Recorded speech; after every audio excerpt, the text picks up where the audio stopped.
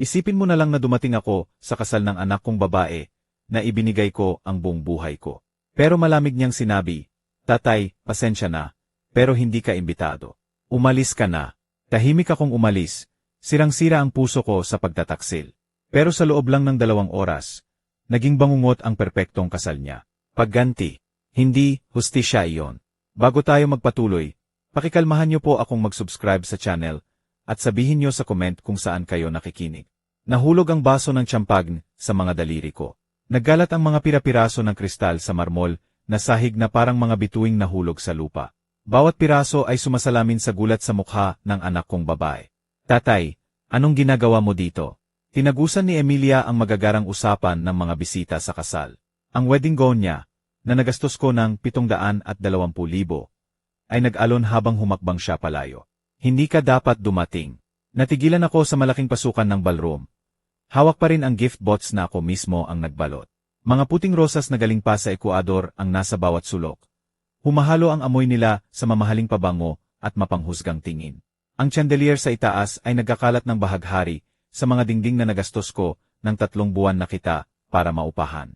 "Anak, araw ng kasal mo to." Mas maliit ang boses ko kaysa inaasahan ko. "Gusto kitang batiin kayong dalawa." Lumitaw si Miguel sa tabi niya. Perpektong gawa ang tutsedo. Matulis ang ngiti na parang taglamig. "Ginoong Cruz, mukhang may hindi pagkakaunawaan."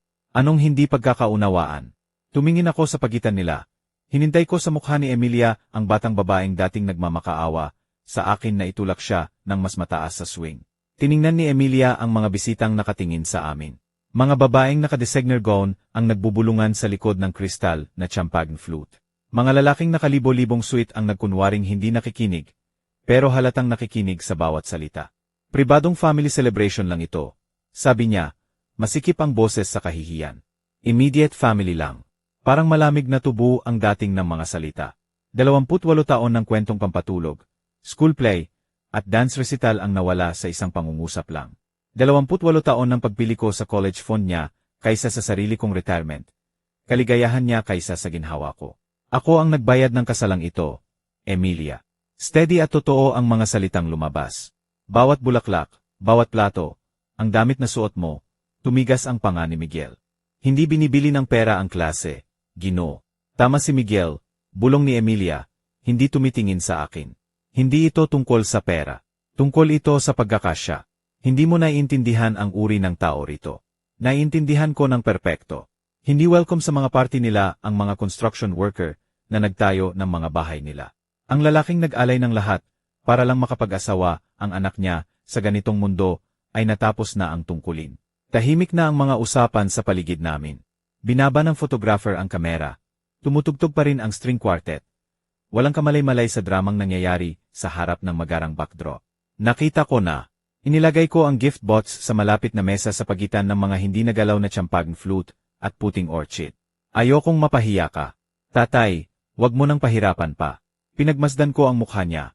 Tinandaan ko ang mga itsurang hinahalikan ko tuwing good night sa loob ng 18 taon. Mga berdeng mata ng nanay niya na malamig na ngayon na parang bato sa ilog. Ang ngiting pinag-overtimean ko para makalagay ng braces. Ngayon nakatalikod sa akin. "Tama ka," sabi ko ng mahina. "Hindi ako bagay dito." Parang marathon ang lakad ko papunta sa labis. Mga designer heels ang nagiklik sa marmol. Bumalik ang bulong-bulungan sa likod ko. May tumawa ng mataas at pekeng. Mabigat sa malinis na sahig ang polish kong work boots na suot ko para sa okasyong ito. Sa labas, tinamaan ako ng hanging tagsibol na parang kalayaan. Nakabalandra sa harap ko ang parking lot na puno ng mamahaling sasakyan na hindi ko kayang bilhin kahit kailan. Nakatayo lang ang pickup truck ko sa pinakamalayong sulok. Doon talaga siya bagay sa mundo nila. Kinuha ko ang cellphone ko. Matatag ang mga daliri kahit lahat ng nangyari. 25 taon ng pagbuo ng kumpanya, mula wala ang nagturo sa akin ng pasensya. 25 taon ng pagmamahal sa walang utang na loob na anak, ang nagturo sa akin ng tunay na halaga ng katapatan.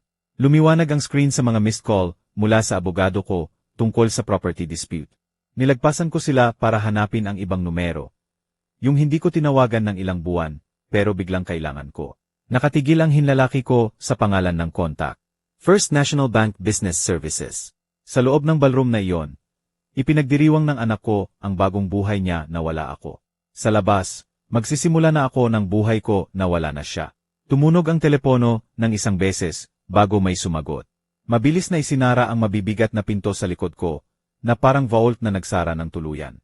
Humina ang tugtugin ng kasal habang tumatawid ako sa asphalt papunta sa truck ko. Mas deliberate ang bawat hakbang kaysa dati. Naiwan ang gift box sa mesa nila. Inabandona na parang lahat ng ibinigay ko sa kanila. Dala ng hanging Marso ang amoy ng paparating na ulan. Mas madilim ang ulap sa itaas ng Gothic spires ng venue. Nagkakalat ng anino sa mga luxury car na mas mahal pa sa bahay ng karamihan. Nag-crunch ang gravel sa ilalim ng boots ko habang papalapit ako sa truck. Nasa kamay ko na ang susi. Sa loob ng cab, bumalot sa akin ang katahimikan na parang armor. 3:47 ang nakita ko sa dashboard clock. May oras pa bago magsara ang bangko tuwing Sabado. May oras pa para sa ilang importanteng tawag. Nag-scroll ako sa contacts hanggang makita ko ang hinintay ko. First National Bank Business Services ang lumitaw sa screen. Nagdalawang isip ang daliri ko ng eksaktong 3 segundo bago pinindot ang tawag. First National, si Patricia ito. Paano ko po kayo matutulungan? Patricia, si James Cruz ito. Account number 774512. Kailangan kong mag-stop payment sa ilang authorized transactions. Siyempre po, Ginoong Cruz. Buksan ko lang ang account nyo. Pwede po bang i-verify ang social security number at apelido ng nanay nyo? Standard procedure po. Binigay ko ang impormasyon habang pinanonood ko ang mga bisita na dumarating sa main entrance ng venue. Mga babaeng nakasilk dress, mga lalaking nagtatama na mamahaling cufflinks. Wala ni isa man sa kanila ang alam kung ano ang mangyayari. Salamat po. May kita akong malalaking transactions ngayong araw. Alin po ang mga iyon? Lahat po na may kaugnayan sa kasal. Venue rental, catering deposit, floral arrangements, photography, music services. Parang inventory ang bawat item na binanggit ko. Kailangang immediate ang implementation. Sir, malalaki po ang halagang ito. Sigurado po ba kayo na gusto nyong i-stop lahat? Siguradong sigurado. Nagbago ang sitwasyon. Puno ng keyboard clicks ang pause. Kailangan ko po ng authorization codes para sa transactions na lampas, 600,000. Binigkas ko ang mga kode mula sa memorya. 25 taon ng pagpapatakbo ng construction business ang nagturo sa akin na tandaan ang bawat mahalagang numero, kontrata, at authorization. Tapos na po ang stop payments. Generate na ang confirmation numbers. May iba pa po ba? Sakto na po sa banking side. Salamat, Patricia. Susunod na tawag ay sa pinakamagaling na catering sa Maynila. Yung pinilit ni Emilia kahit sobrang mahal. Elegant Affairs Catering. Si Marcos ito. Marcos, si James Cruz ito. Tungkol sa Anderson wedding reception na nangyayari ngayon. Ginoong Cruz. Maganda po ang lahat. Puri ng mga bisita ang appetizers. May financial complication po. Binawi ang payment authorization. Gusto niyong protektahan ang equipment at natitirang pagkain. Matagal ang katahimikan. Pasensya na. Ano po ang ibig niyong sabihin? Nag-stop payment ang bangko sa kontrata niyo. Effective immediately po. Imumungkahi ko po na i-secure nyo ang assets nyo. Pero, kasagsagan po ng service. Hindi pa nga na-serve ang main course. Nakakaawa naman ang teaming. Matatag pa rin ang boses ko. Professional. Pwedeng makipag-usap kayo sa wedding party tungkol sa alternatibong bayad. Binaba ni Marcos ng walang salitang pamamaalam. Matalino ang florist, sumagot sa ikalawang ring. Bellingham Bloms, si Susan ito. Susan, si James Cruz tungkol sa mga bulaklak ng Anderson wedding. Ginoong Cruz, kahanga-hanga po ang arrangements. Sobrang natuwa ang bride sa mga orchid. May problema sa bayad. Kinansela ang bank authorization. Kailangan niyong kunin ang mga arrangements kung gusto niyong may matira man lang. Kunin. Pero nakapaloob na po sa buong desag ng venue. Business is business, Susan. Bilisan niyo po. 3 tawag pa ang sumunod. Photography, string quartet, petty linen rental. Par-pareho ang pattern, professional courtesy, tapos gulat, tapos biglang baba ng telepono habang nagkakagulo ang mga vendor para protektahan ang sarili nila. 4:15 nang matapos ang huling tawag. Sa windshield, nakita ko ang puting catering van na huminto sa service entrance ng venue. Si Marcos siguro, kukunin ang makakaya niya. Sa loob ng ballroom na iyon, malamang nakikipagkilala pa rin si Emilia sa mga bisita. Walang kamalay-malay na ang perpektong kasal niya ay magiging napakamahal na leksyon. Si Miguel naman siguro ay nakikipag-usap sa mga kaibigan ng tatay niya. Kampante sa kanyang pagiging superior sa simpleng construction worker. Wala sa kanila ang nakakaalam kung ano talaga ang ipinagpalit nila ngayong araw. Pinatakbo ko ang makina at lumabas sa parking space. Mabagal na dumaan sa harap ng venue. Sa matatangkad na bintana, nasilayan ko ang reception. Mga kristal na baso na itinataas sa toos. Mga eleganteng tao na gumagalaw sa makintab na sahig. Lahat ng iyon ay magbabago na. Nag-vibrate ang phone ko. Tawag mula kay Emilia. Pinabayaan ko. 4:20 nang dumating ang unang truck. Bellingham Bloms ang nakasulat sa puting panel. Si Susan sa manibela, 2 assistant sa tabi. Nagbark sila malapit sa service entrance at naglabas ng mga walang laman na container. Mabilis at propesyonal. Sa mga bintana ng venue, kita ko pa rin ang cocktail reception na sagana. Nahuli ng chandelier light ang mga kristal na baso habang naghahalo ang mga bisita sa paligid ng mga imported na orchid ni Emilia. Malawak ang ngiti ni Miguel habang nagkukwento sa grupo ng mga lalaking naka-expensive suite. Malamang tungkol sa bagong negosyo niya. Ni hindi napansin ng bride at groom ang florist team na pumasok sa side door. Nakatayo si Emilia malapit sa main entrance. Nagnining sa 720,000 na silk at perlas. Tumatanggap ng pagbati mula sa mga kamag-anak. Malakas at masaya ang tawa niya sa buong ballroom. Magbabago rin iyon sa madaling panahon. Lumitaw si Susan sa may pinto ng ballroom na may 2 malaking plastic container. Diretso siyang lumakad sa main altar arrangement. Kasama ang mga assistant sa maliliit na display. Nagsimulang lumingon ang mga bisita. Napalitan ng gulat ang saya habang sinisimulan ng team na tanggalin ang centerpiece. Excuse me po. Lumapit si Emilia kay Susan na may ngiti ng taong sanay mag-manage ng staff. Kasagsagan ng reception namin. Pwedeng mamaya na lang ang kailangan nyo. Tumuwid si Susan. Hawak ang bundle ng puting orchid. Ma'am, si Susan ito ng Bellingham Bloms. Kinansela ang payment authorization para sa mga bulaklak na ito. 40 minuto na ang nakakalipas. Kailangan ko pong bawiin ang aming ari-arian. Kumukisla pa rin ang ngiti ni Emilia, pero nag-alangan. Hindi po possible yon. Bayad na po lahat weeks ago. Diretso po kaming kinontak ng account holder na si James Cruz. Lahat ng bayad ay pinahinto. Patuloy na tinanggal ni Susan ang mga bulaklak ng propesyonal. May written authorization po ako para kunin ang mga arrangements. Nawala ang kulay sa mukha ni Emilia. Tahimik na ang mga bisita sa paligid nila. Mabilis na tumawid si Miguel sa kwarto. Nagbabago ang ekspresyon mula sa gulat tungo sa galit. Ano po ba talaga ang nangyayari rito? Malakas ang boses niya na parang sanay na hindi tinatanong. Payment issue po, sir. Kinukuha po namin ang hindi pa nabayarang merchandise. Nagsimulang balutan ng assistant ni Susan ng protective plastic ang altar arrangement. Hindi po katanggap-tanggap ito. Namula ang mukha ni Miguel. Ipatawag nyo agad ang manager nyo. Ako po ang manager at malinaw sa kontrata na kapag kinansela ang bayad, wala na kaming obligasyon.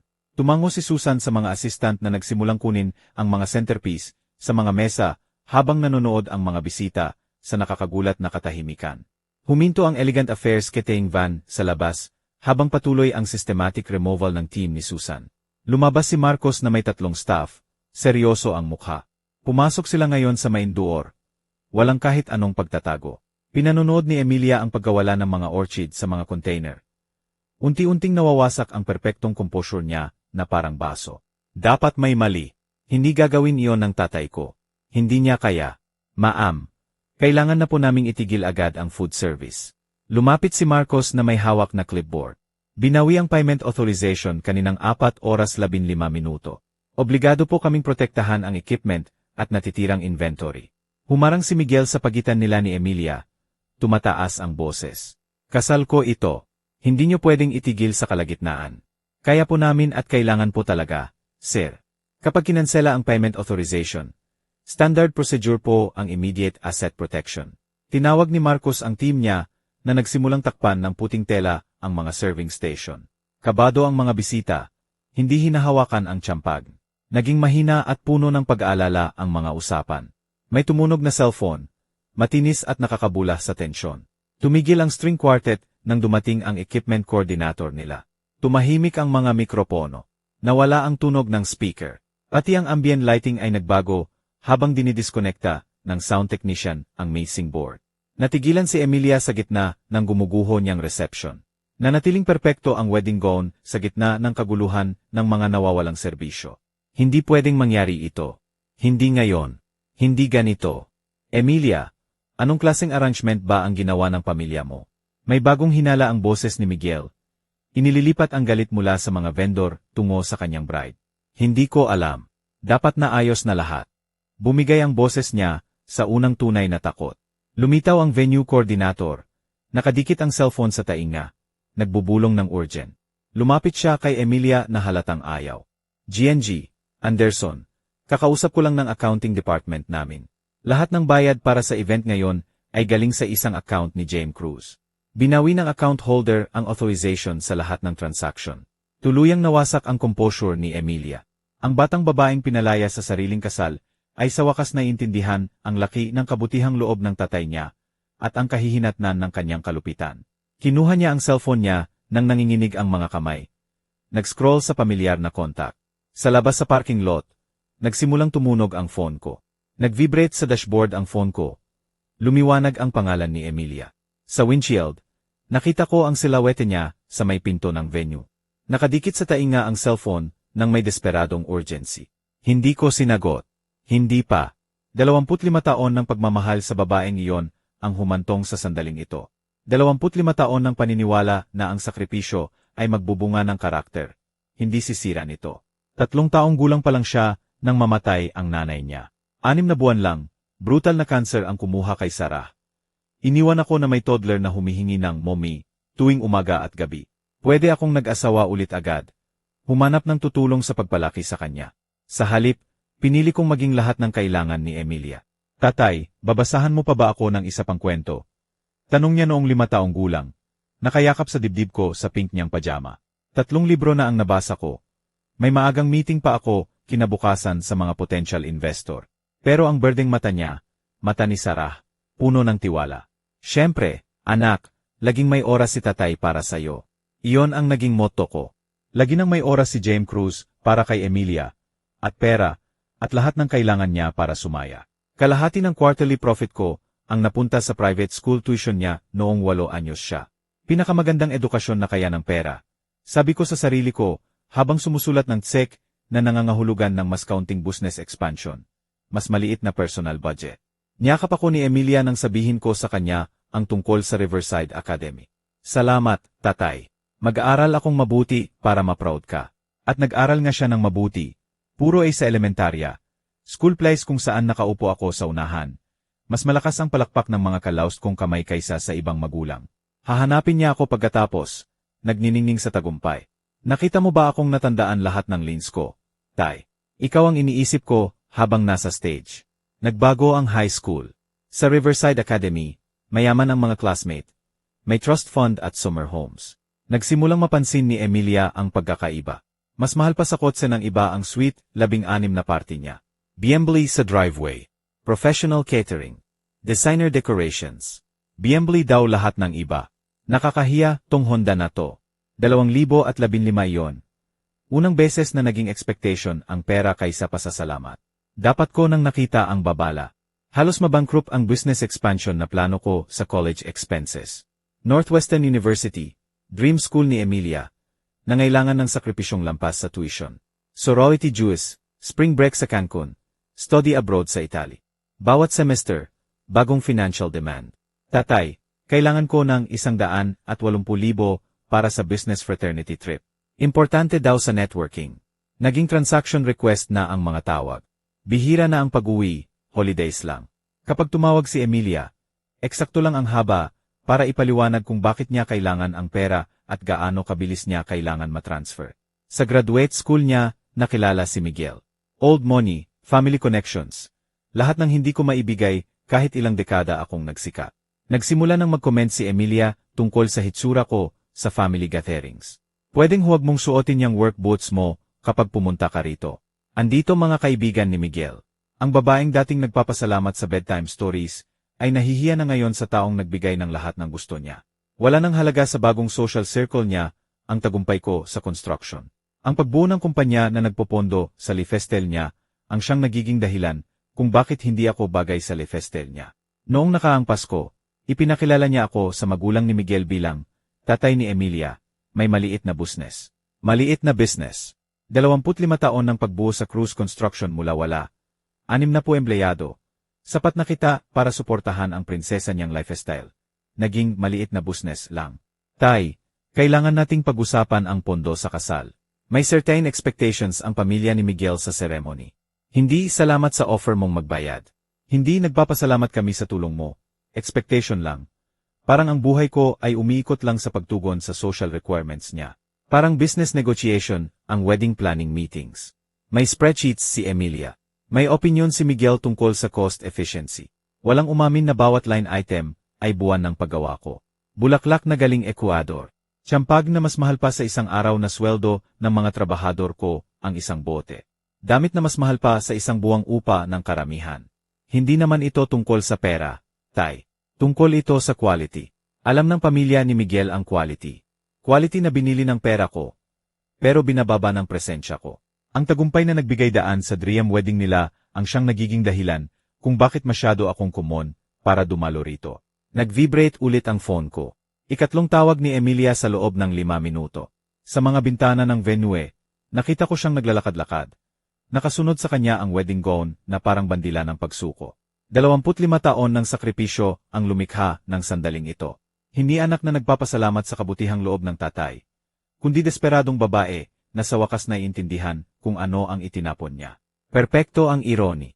Ang pag-ibig na nagpaspoil sa kanya ang siyang magtuturo sa kanya ng tunay na halaga nito.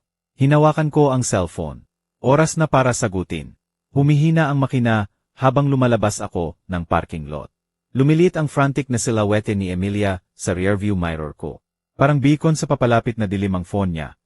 Ikapito ng tawag sa loob ng 1-0 minuto. Bawat ring ay deliberate, kontrolado. Oras ko ito, hindi niya. 20 minuto ang biyahe pauwi sa gitna ng Sabado ng gabi sa Maynila. 20 minuto ng panonood sa phone ko na lumiliwanag sa pangalan ni Emilia. Mas desperado ang bawat tawag. Pagdating ko sa driveway, 4 na voicemail na ang iniwan niya. Pinakinggan ko habang nasa garahe ako. Nakapatay ang makina. Nagsara ang garage door sa likod ko na parang kurtina sa unang act ng araw na ito. Voicemail 1. Tay, may problema sa bayad. May mali. Tawagan mo ako agad. Voicemail 2. Hindi na nakakatuwa. Kinukuha na ng vendors ang lahat. Nakatingin ang mga tao. Tawagan mo na lang ako. Voicemail 3. Please, Tay. Hindi ko maintindihan kung ano ang nangyayari. Nagtatanong ang pamilya ni Miguel na hindi ko masagot. Voicemail 4. Bumigay ang boses niya. Kailangan kita. Pakisagot naman, please. Tumunog ulit habang tinatapos ko ang ika-4 na message. Lumitaw ulit ang pangalan ni Emilia. Kasama ang picture niya sa college graduation niya. Huling beses niyang yakap ako nang hindi muna humihingi ng pera. Sinagot ko sa ika-5 ring. Hello, Emilia. Tay, sa wakas, anong ginawa mo? Paanong mo nasira ang kasal ko? Puro panik na ang boses niya. Wala na ang malamig na dismissal kanina. Maganda. Panik ang ibig sabihin aware na siya.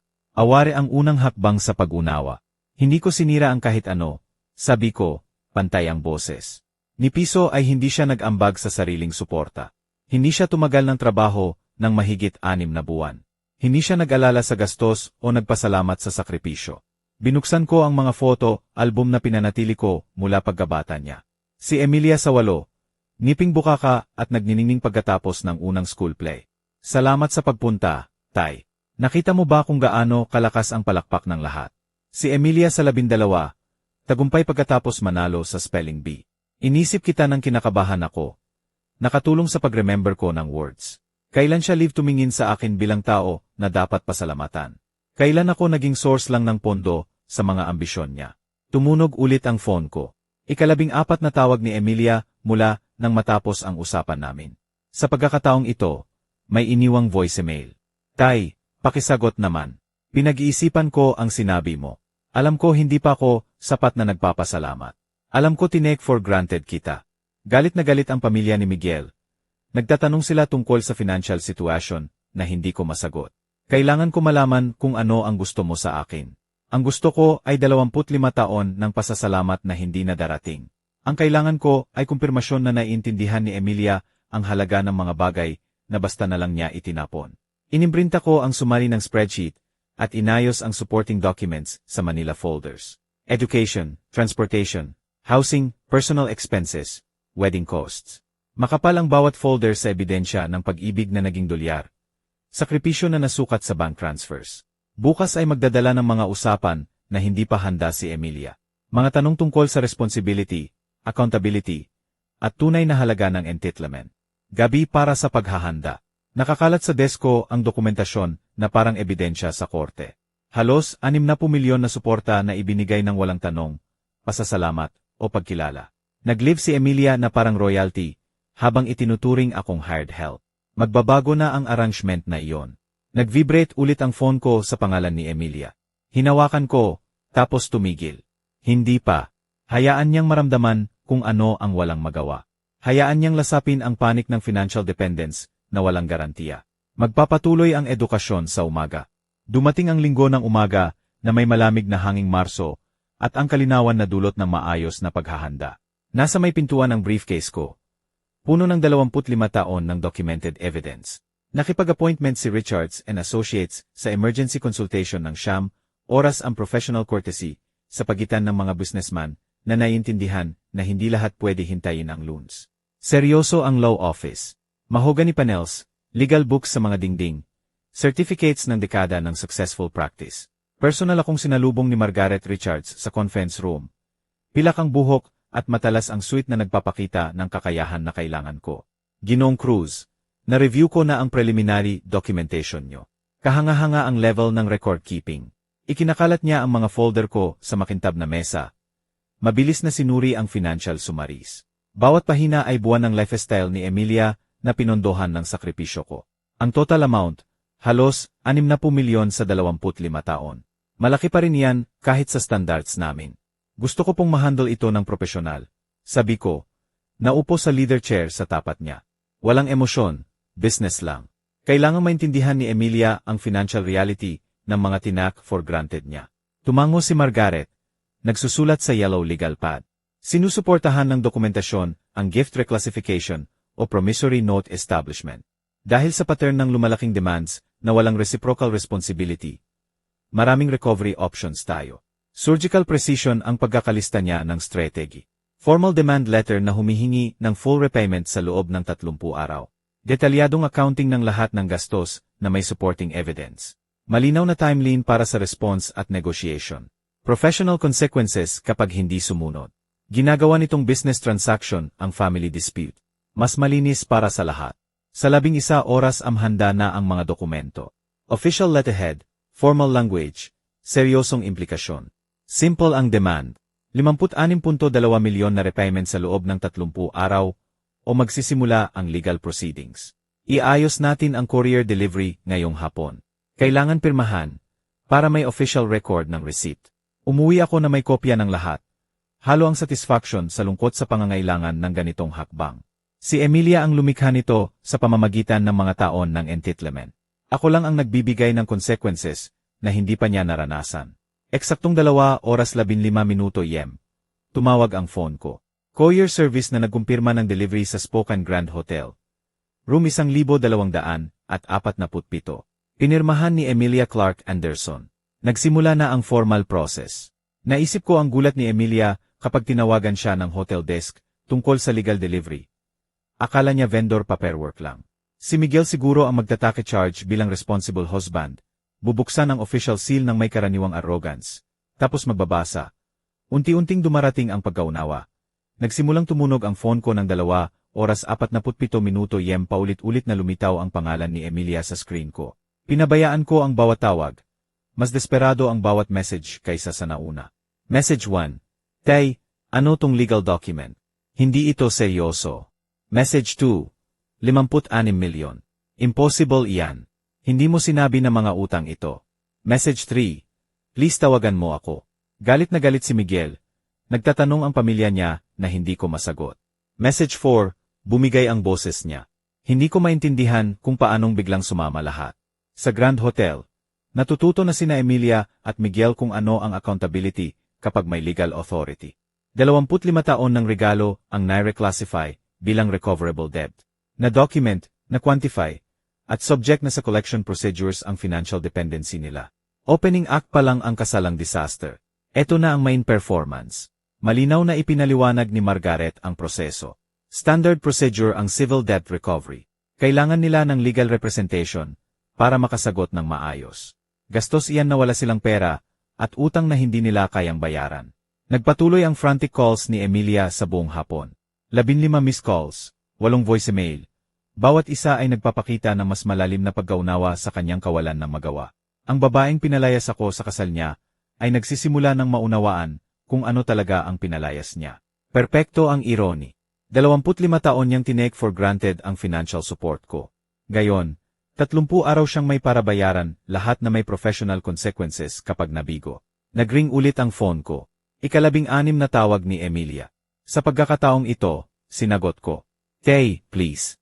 Kailangan nating mag-usap ng makatwiran. Bumigay ang boses ni Emilia sa speaker. Pagod na ang kapalit ng panik mula kahapon. Hindi pwede totohanin tong legal document. Naupo ako sa upuan sa kusina. Mainit ang kape sa tabi ko.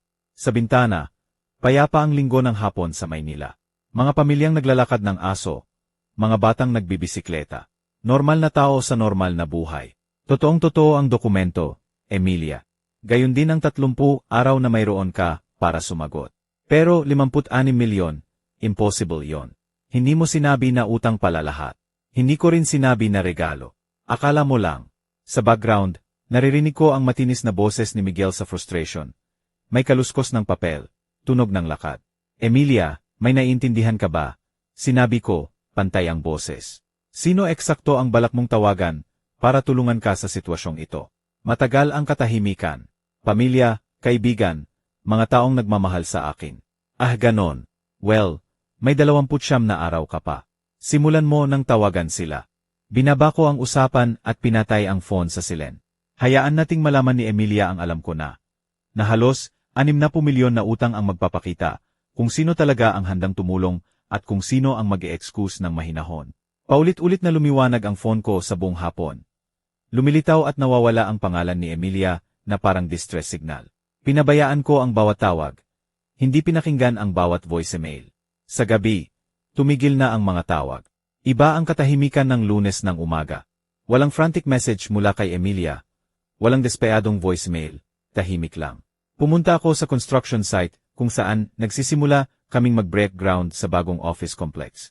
Laging nakatulong sa akin ang physical work para mag-isip ng malinaw. Tunog ng makinarya, amoy ng bagong lupa, satisfaction ng pagbuo ng matibay at permanenteng bagay. Lumapit sa akin ang foreman kong si Dev mga 10 oras ang boss. Parang iba ka ngayon. Okay ka lang ba? Family situation. Sabi ko, pinanonood ang excavator na naglilinis ng foundation space. Minsan kailangan mong gumawa ng mahirap na desisyon para sa ikabubuti ng tao. Mga anak, ganon. Nag-vibrate ang phone ko. Text message mula kay Emilia. Tay, sinusubukan ko ng tawagan ang pamilya at kaibigan. Gulat na gulat silang lahat sa halaga. Please tawagan mo ako. Binura ko nang hindi sumasagot. Dumating ang isa pang text 1 oras pagkatapos. Sabi ni Tita Margaret hindi siya pwede makialam. Dapat daw matuto akong maging responsible. Ano ibig sabihin nun? Tapos isa pa. Hindi na sinasagot ni Sarah ang tawag ko. Nagtatanong si Lisa kung bakit hindi ako nagtrabaho kahit kailan. Parang may kasalanan ako sa trato nila sa akin. Nagpatuloy ang mga message sa buong hapon. Bawat isa ay nagpapakita ng lumalaking isolation ni Emilia. Hindi comfortable ang college roommate niya sa usapan. Nagulat ang mga sorority sisters niya sa financial details. Ang ilang natitira niyang kaibigan ay walang kakayahang tumulong sa ganong halaga. May sariling problema si Miguel. Mukhang 3 beses nang tumawag ang nanay niya na humihingi ng paliwanag. Gusto ng tatay niya ng family meeting tungkol sa reputation management. Nagtatanong ang kapatid niya tungkol sa financial disclosure bago ang kasal. Sa Martes, malinaw na ang pattern. Gumuguho ang support network ni Emilia sa bigat ng halos 60 milyon na utang. Ang mga taong nasiyahan sa generous, masaya, at mamahaling regalo niya ay biglang hindi available kapag kailangan niya ng tulong pinansyal. Miyerkules ang nagdala ng ibang message. Tay, pinipilit ng pamilya ni Miguel na mag-annulment siya. Akala nila financial deception ang kasal namin. Please tawagan mo ako para maayos natin ito. Halos ngumiti ako. Mas mabilis palang makaintindi ng realidad ang pamilya ni Miguel kaysa sa anak nila. Mas maikli ang message sa Huwebes. Walang tutulong. Puro excuses lahat. Halos hindi na ako kinakausap ni Miguel. Gusto na magulang niya na magkonsulta siya ng abogado para protektahan ang assets niya. Hindi ko maintindihan kung paanong biglang nagbago lahat. 25 araw na lang. Natututo na si Emilia kung ano talaga ang financial independence kapag hindi mo pa natutunan kung paano ito makamit. Eksakto ang pag-usad ng edukasyon ayon sa plano. Iba ang katahimikan ng Biyernes ng umaga. Walang text message mula kay Emilia. Walang desperadong voicemail. Unusual na katahimikan na nagpadala sa akin na i-check ang phone ko 2 beses para siguraduhin na gumagana ito. Nagsimula ang atake. Loons. Pumasok ang assistant kong si Rachel sa office ko mga oras na may hawak na printed email na halatang nag-aalala. Ginoong Cruz, may inquiry ito mula sa Manila Business Journal. Nagtatanong sila tungkol sa family troubles na nakakaapekto sa operations ng business nyo. Binasa ko ang email ng 2 beses. Professional ang language, pero matatalim ang tanong tungkol sa stability at trato ko sa pamilya. May gumagawa ng tawag. Alam nyo po ba kung paano nila nalaman? May iba pa po ito. Ipinakita sa akin ni Rachel ang tablet niya na may Facebook post na mahigit 200 shares na. Wedding photo ni Emilia, maganda at nagniningning. Sinundan ng emosyonal na text na nagsasabi ng walang pusong ama na sumira sa special day niya at ngayon ay humihingi ng imposibleng bayad bilang parusa. Inilalarawan akong unstable na tao na naghihiganti sa anak sa perceived slights. Daan-daang comment ang nagpahayag ng gulat at simpatya. Ilan sa mga ito ay nagtag ng local business owners na kakilala ko sa loob ng dekada. Tumunog ang phone ko. Si Bob Martinez ng Martinez Concrete, 20 taon ng business partner. JM, nakakakita ako ng mga nakakabahalang bagay online. May sinasabi na may problema kayo sa wedding expenses ng anak mo. Bob, may dokumentasyon na nagsasabi ng ibang kwento. Sana nga, kasi may nagtatanong na tungkol sa kontrata natin sa city. Alam mo naman kung paano ang politika dito. 3 tawag pa ang sumunod sa loob ng 1 oras. Lahat nagpapahayag ng concern. Lahat maingat na nagtatanong tungkol sa mental state ko at business decisions. Busi sina Emilia at Miguel. Madali kong natuklasan ang strategy ni Miguel. Binubuksan ng apelido ng pamilya niya ang mga pinto sa social circles ng Maynila. Abot ng Anderson Family Connections ang country clubs, charity boards, at professional organizations kung saan mahalaga ang reputasyon. Ginagamit nila ang mga koneksyong iyon para ikalat ang narrative ni Emilia bilang victim. Mainit ang mga local Facebook groups sa second-hand versions ng kwento. Construction company owner demands 27 milyon sa anak pagkatapos sirain ang kasal. Manila businessman demands wedding expenses from own child. Mas dramatiko at mas nakakasira ang bawat retelling. Sa tanghali, 7 business-related calls na ang natanggap ko. Lahat nagpapahayag ng concern. Nagdaka ang president ng Rotary Club tungkol sa state of mind ko sa upcoming community projects. 3 kontraktor ang nagbanggit ng naririnig nilang bagay na maaring makaapekto sa working relationship namin. Maingat na pinili nina Emilia at Miguel ang battlefield. Sa lungsod tulad ng Maynila, pera ang reputasyon. Sirain ang standing ng isang tao sa business community. Sirain mo ang kabuhayan niya. Nagkamali sila sa isang crucial factor. Umuwi ako at kinuha ang dokumentasyon na tinulungan akong ayusin ni Margaret Richards. 25 taon ng financial records na categorized at summarized. Bawat seke, bawat bayad, bawat gastos na hindi man lang tinanong o pinasalamatan ni Emilia. Tapos gumawa ako ng sarili kong mga tawag. Margaret, kailangan ko ng press conference bukas ng umaga. Magka-public tayo ng kumpletong financial documentation.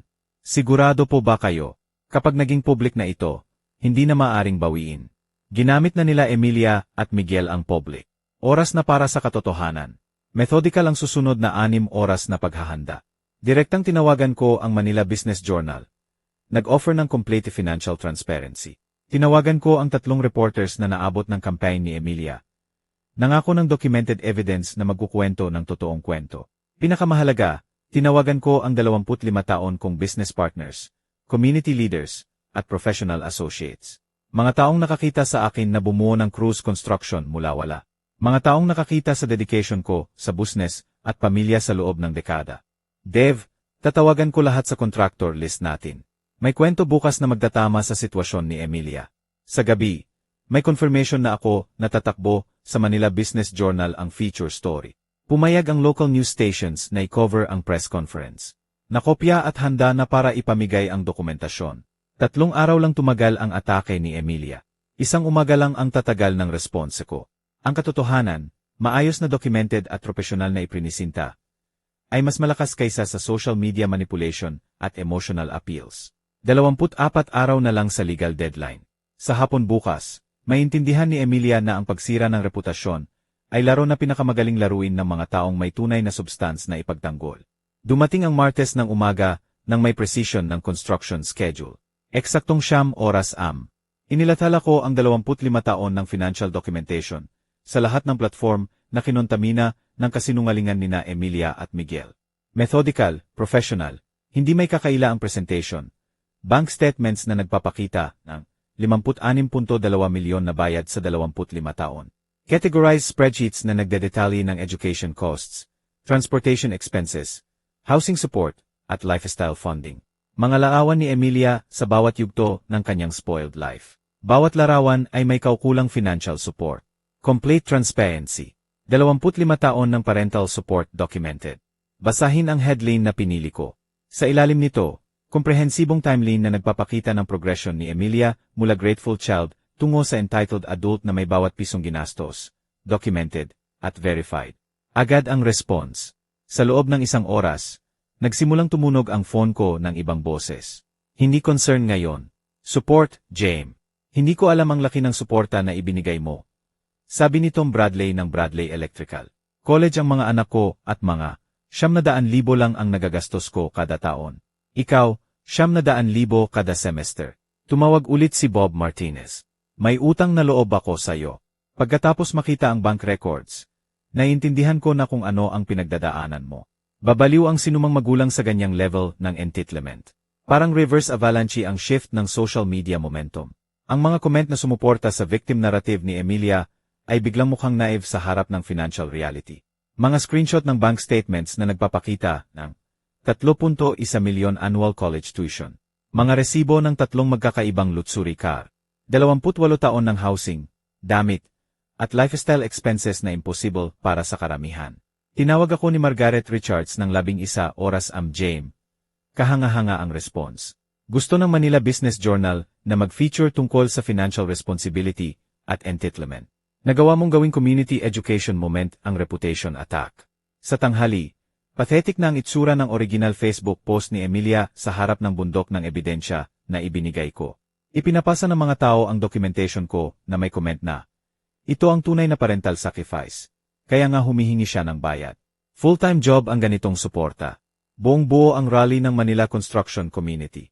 Ang mga kontraktor na nagduda sa stability ko ay ngayon nagkukwento ng work, ethic at integrity ko. Naglabas ng public statement ang president ng Rotary Club na sumusuporta sa posisyon ko. Pati opisina ng mayor ay naglabas ng comment tungkol sa kahalagahan ng financial responsibility sa family relationships. Nag-text sa akin si Dev mula sa construction site. Boss, pinag-usapan ng crew ang sitwasyon mo. Lahat kami sumusuporta sa iyo. Hindi makapaniwala kung ano ang pinagdadaanan mo kay Emilia. Kinuha ng local news stations ang kwento bilang human interest piece tungkol sa parental sacrifice at accountability. Ginawang madali ng documented evidence ang trabaho nila. Kailangan lang nilang ipresenta ang facts at hayaan ang viewers na mag-conclude. Spectacular ang backfire ng attack ni Emilia. Hindi na makakaligtas ang victimhood portrayal niya sa 25 taon ng documented financial reality. Ang community na sandaling nagduda sa stability ko ay ngayon nagdududa sa kanya. Gumana laban sa kanila ngayon ang family connections ni Miguel. Nakikita na ng social circle nila kung anong klaseng tao ang tinanggap nila sa network nila. Ginagamit na ngayon ang Anderson family credibility para magkalat ng kasinungalingan tungkol sa respected businessman na nag-document lang ng katotohanan. Sa gabi, tuluyan ng baligtad ang narrative. Hindi na victims sina Emilia at Miguel ng malupit na ama. Entitled individuals sila na umatak sa generous parent nang magset ito ng boundaries sa wakas. May kwento ang bawat bank statement sa 25 taon ng sakripisyo. Bawat resibo ay ebidensya ng pag-ibig na tinek for granted. Nag-vibrate ang phone ko ng text mula kay Emilia. Tay, please tanggalin mo ang mga financial records na yan. Nakakabaliw ang sinasabi ng mga tao sa amin. Binura ko nang hindi sumasagot. 23 araw na lang. Halos tapos na ang edukasyon. Nagring ang phone ni Miguel ng 6 oras 47 minuto ang Miyerkules ng umaga. Ginising kaming pareho mula sa hindi mapakaling tulog. Mas maliit ang hotel room sa bawat oras na lumilipas. Puno ng bigat ng social media, sakuna, at lumalaking financial pressure. Miguel, tatay mo ito. Tagos ang authority sa boses sa speaker. Kailangan nating mag-usap agad. Pinanood ni Emilia ang mukha ni Miguel na nawala ang kulay, habang nakikinig sa demands, na hindi niya masyadong marinig. Maikli at defensive ang mga sagot niya. Naiintindihan ko ang implications. Hindi ko alam ang laki ng dokumentasyon. Mas komplikado ang sitwasyon kaysa inaasahan namin. 12 minuto ang usapan. Nang ibaba ni Miguel, tinitigan niya ang phone ng matagal bago nagsalita. Gusto akong umuwi ng pamilya ko ngayon. Umuwi. Miguel, temporary lang ito. Kakalmahin ng tatay mo kapag, Emilia, tumigil ka. May finality ang boses niya na hindi ko pa narinig. Tumawag sa akin kahapon ang 3 business partner ng tatay ko na nagtatanong tungkol sa family troubles namin. Mainit ang country club sa chismis tungkol sa koneksyon ng pamilya Anderson sa financial fraud. Financial fraud. Katawa-tawa iyan. Family dispute lang ito na lumaki. Nagsimulang kunin ni Miguel ang mga damit mula sa drawer. Isiniksik sa maleta ng mabilis at galit. Inilathala ng tatay mo ang bank records na nagpapakita ng halos 60 milyon na suporta na hindi mo man lang kinilala. Sa social circle ng pamilya ko, mukhang deception iyon sa pinakamabuti, manipulation sa pinakamalala. Naramdaman ni Emilia ang panik na umakyat sa dibdib niya na parang malamig na tubig. Aalis ka. Kakakasal lang natin 6 na araw na ang nakakalipas. 6 na araw na sumira sa professional reputation ko at standing ng pamilya ko sa community. Lalong naging aggressive ang pag-iimpeke ni Miguel. May trust fund ako, Emilia. Business prospects, feature na nakadepende sa pag-maintain ng certain relationships. Paano ang relationship natin? Paano ang vows natin? Tumigil sa pag-iimpake si Miguel at tumingin sa kanya ng diretso sa unang pagkakataon mula nang tumawag ang tatay niya. Anong marriage? Inilagay mo ako sa financial disaster nang walang babala. Hinihingi ng tatay mo ang halos 60 milyon at wala kang maibabayad. Sabi ng family lawyer ko, kailangan kong protektahan ang sarili ko sa potential liability. Liability. Asawa mo ako. Financial burden ka na walang assets at malaking utang. Parang pisikal na suntok ang mga salita kay Emilia. Hindi kayang i-associate ng pamilya ko ang ganitong level ng skandal. Nagring ang phone ni Emilia. Matagal ng tahimik. Text mula sa nanay ni Miguel. Emilia, dear. Kailangan nang umuwi ni Miguel. Family obligations. Naiintindihan mo naman. Pinahihirapan pa ng politenes. Kahit ang nanay ni Miguel na pumuri sa grace at ganda ni Emilia sa kasal, ay mabilis na nagtatanggal ng koneksyon ng may surgical precision. Miguel, please. Kayang-kaya nating ayusin ito ng magkasama. Galit lang ang tatay ko, pero mahal niya ako. Lilipas din ito. Emilia, tingnan mo sa paligid. Itinuro ni Miguel ang laptop niya. Bukas pa rin sa devastating social media comments. Hindi lilipas ito. Inilathala ng tatay mo ang financial records hanggang 25 taon. Tinatawag kang trust fund baby na hindi pa nagtrabaho kahit isang araw. Tama sila. Nakiroon ang accusation dahil totoo ito. Hindi pa tumagal si Emilia ng trabaho ng mahigit 6 na buwan. Hindi siya nag-ambag pinansyal sa sariling suporta. Hindi niya tinanong kung saan galing ang comfortable lifestyle niya. Anak lang ako. Dapat suportado ng tatay ang mga anak. Hindi sa halagang halos 60 milyon sa 25 taon nang walang pasasalamat o reciprocation. Isinara ni Miguel ang maleta niya. Ang pamilya ko ay nasa circle kung saan nag-aambag ang mga tao sa society. Nagbubuo sila ng business, sumusuporta sa charity, lumilikha ng value. Ano na ang na-create mo bukod sa gastos? Naramdaman ni Emilia ang isang bagay na bumigay sa dibdib niya. Hindi lang ang kasal, kundi ang pagkaunawa niya sa sarili at sa lugar niya sa mundo. Saan ako pupunta? Wala akong kambayad ng hotel ngayong gabi. Maxed out ang credit cards ko. Lahat tumigil na sa pakikipag-usap sa akin. Tumigil si Miguel sa may pinto. Hawak ang handle. Tawagan mo ang tatay mo. Mag-sorry. Tanggapin ang responsibility. Baka tulungan kanyang maging tunay na adult. Miguel, please wag mo akong iwan mag-isa.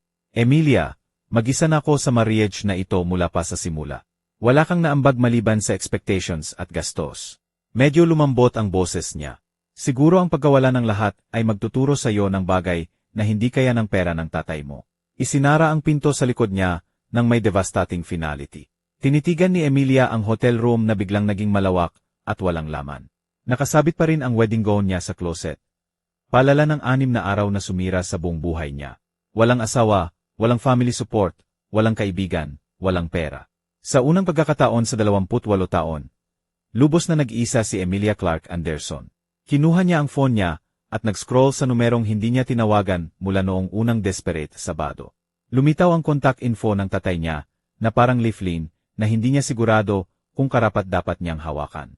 22 araw na lang para makahanap ng halos 60 milyon na wala siya, para maayos ang mga relasyong sinira niya, para maging tao na hindi pa niya kailanman naging. Tumunog ang telepono ng isang beses, bago sumagot ang pamilyar na boses. Hello, Emilia. Walang init ang boses niya na kinagisnan ko. Pero walang cruelty din.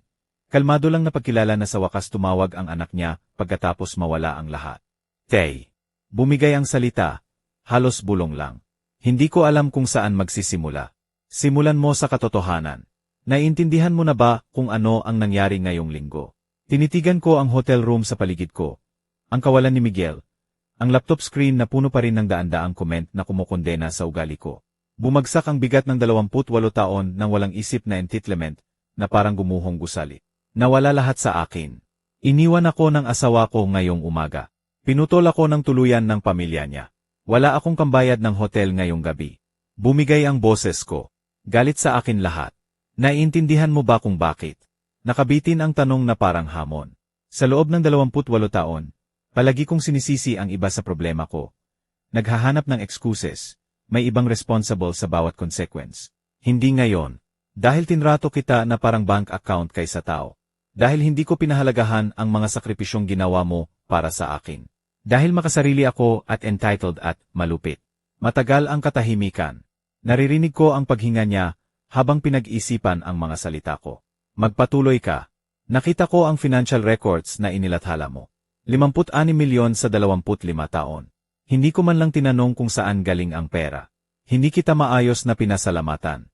Hindi ko man lang inisip kung ano ang ibinibigay mo para maibigay mo sa akin. Malaya nang tumulo ang mga luha ko. Ang unang tunay na luha mula nang magsimula ito. Pinalayas kita sa sarili kong kasal. Kasal na binayaran mo ng buo. Ano pa? Sinubukan kitang sirain ang reputasyon nang tumayo ka para sa sarili mo. Nagsinungaling ako tungkol sa iyo sa social media. Pinakalat ng pamilya ni Miguel ang mga tsismis tungkol sa karakter mo. Parang pag-alis ng lason sa sugat ang mga confession. Naging lahat ako ng mali sa mga spoiled child na hindi lumalaki. Emilia, medyo lumambot ang boses niya. Naalala mo ba noong 8 anyos kapag katapos mamatay ng nanay mo? Niyakap mo ako tuwing gabi at sinabi mong pinakamabuting tatay ako sa buong mundo. Naalala ko. Gusto kitang ibigay lahat sa iyo dahil mahal kita. Pero sa isang punto, ang pagbibigay ko ng lahat ang naging dahilan kung bakit tumigil ka ng mahalin ako pabalik. Hindi ko kailanman tumigil na mahalin ka, Tay. Tinigil ko lang ipakita. Tinigil ko lang magpasalamat. Tinigil ko lang maging anak at naging consumer na lang. Ngayon, ano ang gusto mo sa akin? Tanong na iyon ang pinakanakakatakot dahil alam kong hindi lang ito tungkol sa agarang tulong. Tungkol ito sa kung anong klaseng relasyon pa ang pwede nating mabuo mula rito. Gusto ko kitang maging deserving ng respeto ko. Gusto kong maging anak na karapat-dap sa'yo. Gusto kong matutong maging adult na nag-aambag, hindi lang kumukuha. Pinunasan ko ang mga luha ko sa likod ng kamay. Pero una, kailangan ko ng tulong para makaligtas ng sapat para patunayan kung kaya kong magbago. Anong kleseng tulong?